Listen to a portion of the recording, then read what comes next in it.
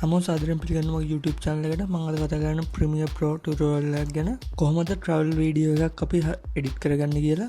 අපි බලමු මේක කොහොමද කරන්න කියලා. මම edit කරන්නේ මේකට video clip වගේක් දාගන්නම්. මේ video clip එක ගත්තම සිරිපාද යන අතරතුර වාහනේ ඉදම තමයි ගොඩ video අරන් තින්නේ. අපි බලමු මේක කොහොමද edit කරගන්න කියලා. මම මුලින්ම වාහනේ පේන්න මම video clip එකක් ගත්තා යන වාහනේ යනක මම කියලා දෙන්නන්න. මම මේ video clip එක මේකට මුලින්ම දාගන්නම් edit කරන්න. මේ වීඩියෝ එකේ මුල් හරිය එච්චර හරින මඩවලකුයි බැරල් එකකුයි තියෙනවා. මම ඒ හරිය කට් කරගන්නවා. ඔගොල්ලෝ බලන්න වීඩියෝ කොහොමද කරන්න කියලා. මම කැමරාව අතේ තියන් වීඩියෝ කරන නිසා මේක ෂේක් වෙනවා වැඩි. ඒක නිසා මම මේකට whoop stabilizer එක දාගන්නවා. ඒක දාගන්න effect ගියා, video effect ගියා, distort ගියා. ඒකේ තියෙන whoop stabilizer කියලා. ඒක ඇදලා වීඩියෝ clip එකට දාගන්න. එහෙම නැත්නම් සමහර version වල මේකේ නෙමෙයි තියෙන්නේ. Premiere වල සමහර version වල ඔයගොල්ලෝ උඩ search bar එකක් තියෙනවා. ඒකේ whoop stabilizer කියලා search කරන්න. එතකොට ඒක ඇදලා වීඩියෝ clip එකට දාගන්න. වීඩියෝ එක ගොඩක් shake වෙලා නම් whoop stabilizer එක දැම්මම crop වෙනවා වීඩියෝ එක. එතකොට කරන්න තියෙන ඔයගොල්ලන්ට මේකේ effect control වල whoop stabilizer කියන එකේ smooth කියලා තියෙනවා. ඒකේ 150 වගේ ඇත්තේ. ඒක ඔගොල්ලන්ට තියෙන්නේ අඩු කරන්න. අඩු කරාම ක්‍රොප් එක ටික ටික අඩු වෙයි. ඔගොල්ලෝ ක්‍රොප් එක තියෙන ගාන බලලා ස්මූත් එක අඩු කරන්න. එතකොට ඔයගොල්ලෝ වීඩියෝ එක ක්‍රොප් වෙන්නේ නැතුව ගානට වැටෙයි. ස්මූත් එක අඩු වෙන්න.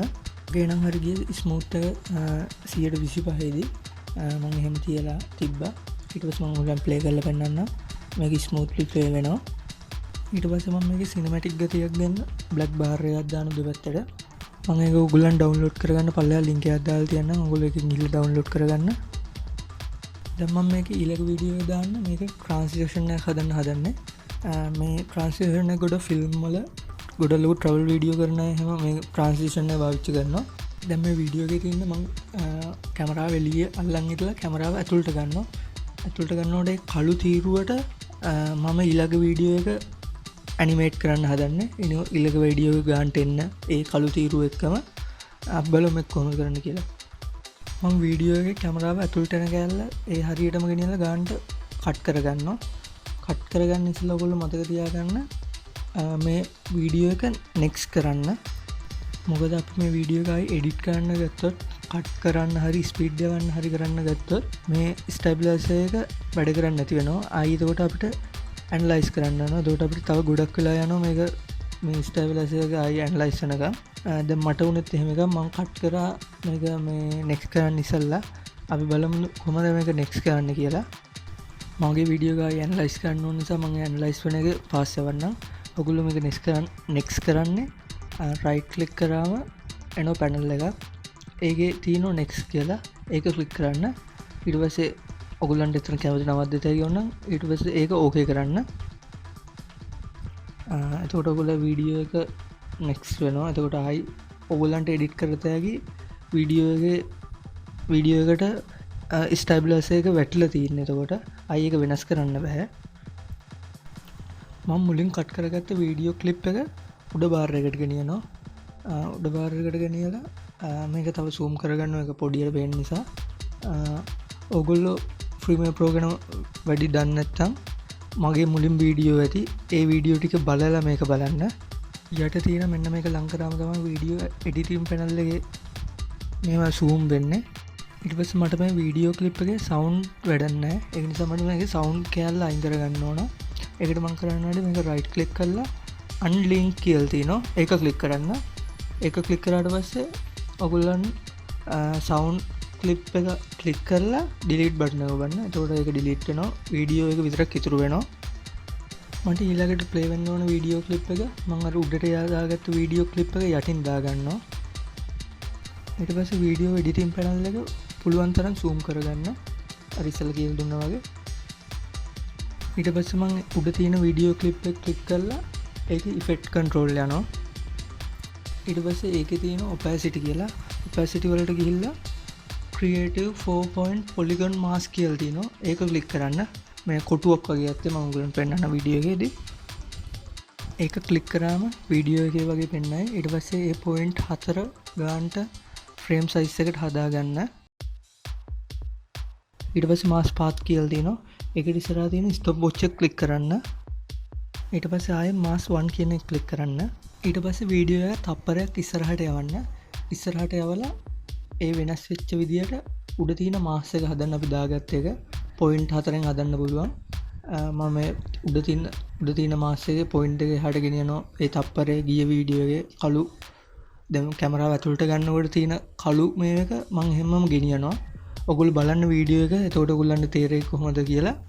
ඔහොම මම දිගටම තප්පරේ යව උඩ මාස් එක හදා ගන්නවා. මම ඒ ටිකක් තියලා අන්තිම ටික ෆාස් යවන්නම්.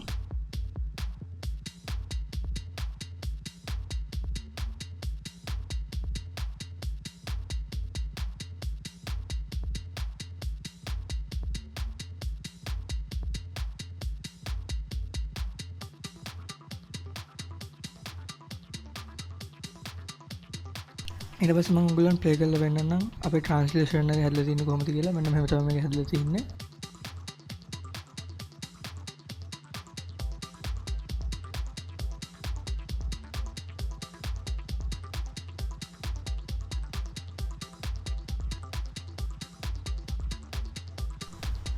මම ඒ දාගත්ත වීඩියෝ ක්ලිප් එක ෂේක් වෙනවා වැඩි. ඒක නිසා ඒකට මම බූප් ස්ටැබිලයිසර් එක දාගන්නවා. ඔයගොල්ලෝ දන්නවා දැන් කොහොමද ඒක දාන්නේ කියලා. ඒක දාගෙන මම මේ වීඩියෝ එක නෙක්ස්ට් කරනවා.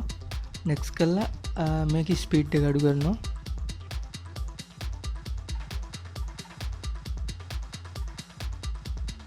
ස්පීඩ් එක 50 දීලා මම මේක ඕකේ කරනවා. මම මේකට තව වීඩියෝ ක්ලිප් ටිකක් දාලා එඩිට් කරගන්නවා. ඒ එඩිට් කරගන්නේ තර ඉස්සෙල්ලා වීඩියෝ ටික එඩිට් කරගත්ත විදිහටමයි. ඒක නිසා ඒවත් පෙන්නලා මේ ටියුටෝරියල් එකේ කාල් දික් කරන්න ඕන නිසා මම ඒ ටික අයින් කරන්නම්. අයින් කළා මම මේ කලර්ස් හදන විදිහ කියලා දෙන්නම්. මේකේ කලර්ස් හදන්නේ මම ලට් ෆයිල් එකක් හදනවා. මේ වීඩියෝ ක්ලිප් හැම වීඩියෝ ක්ලිප් එකකටම එක ලට් ෆයිල් එකක් හදනවා. මම ලට් ෆයිල් එකක් හදන්නේ කොහොමද කියලා ඔයගොල්ලන්ට ඉස්සෙල්ලා ටියුටෝරියල් එකේ කියලා දීලා තිනවා. ඒක බලන්න නැත්නම් මුලින් ඒක බලන්න. හරිම ලේසි කලර්ස් හදන්න. එතකොට එහෙම කළා තමයි මම මේකට කලර්ස් බැලන්ස් කරගත්තේ. මම මේ වෙනකොට ප්‍රීමියර් ප්‍රෝ ගැන වීඩියෝස් 3ක් කරලා තියෙනවා. එකක් බේසික් වීඩියෝ එඩිට් කරගන්න විදිය, අනිත් එක කලර්ස් එඩිට් කරන විදිය, ඊට පස්සේ තමයි ලට් ෆයිල් එකක් හදාගන්න විදිය, අපි කලර්ස් බැලන්ස් කරගන්න. මේ මගේ 4 වෙනි වීඩියෝ එක. ඔයගොල්ලෝ මුල් වීඩියෝ ටිකක් බලන්න අනිවාර්යයෙන්ම. එතකොට ඔයගොල්ලන්ට කලර්ස් හදන හැටි ඉගෙන ගන්න පුළුවන්. ඉස්සරහට මම මේ වගේ ටියුටෝරියල් කරන්න බලාපොරොත්තු වෙමින් ඉන්නවා. ඔයගොල්ලන්ටත් මොනවා හරි අවශ්‍ය ටියුටෝරියල් එකක් තියෙනවා නම් මට අනිවාර්යෙන් පල්ලෙහා කමෙන්ට් එකක් දාන්න යන්න. මොන විදිහේ ටියුටෝරියල් එකක්ද ඔයගොල්ලන්ට ඕන කියලා. මේ ටියුටෝරියල් එක ගැන මොකද හිතන්නේ කියලා පල්ලෙහා කමෙන්ට් එකක් දාන්න අමතක කරන්න එපා. මේ වීඩියෝ එක තව කාට හරි වටිනවා කියලා හිතනවා නම් ෂෙයා කරන්න. මගේ YouTube channel එක තාම subscribe කරලා නැත්නම් දැන්ම subscribe කරන්න. මම විශ්ව අලංකාර.